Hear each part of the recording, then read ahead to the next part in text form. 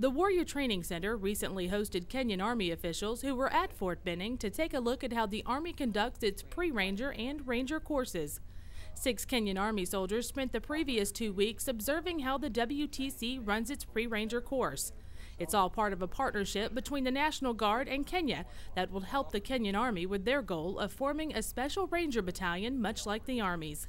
Kenyan Army Captain Xavier Omondi is on his 3rd visit to Fort Benning, where he's been learning everything he can on how to conduct ranger training to ensure the success of the new ranger-like unit being formed in his home country.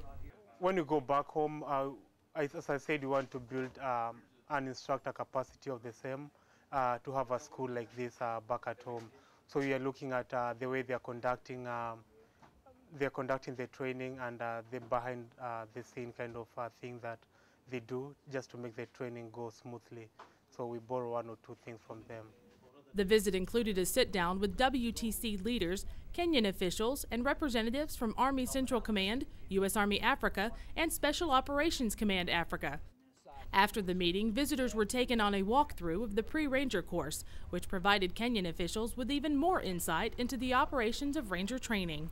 And at one point during the visit yesterday, he turned to his guys and said, you know, a lot of the things that they use for their course is very easy to build. And I think he realized that, you know, you don't have to have some big, you know, infrastructure or aircraft flying around to get to the root of what soldiers need to learn in patrolling and light infantry tactics.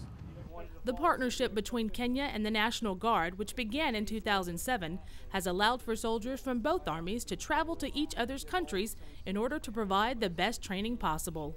Sergeant Wendy Hall, Fort Benning TV.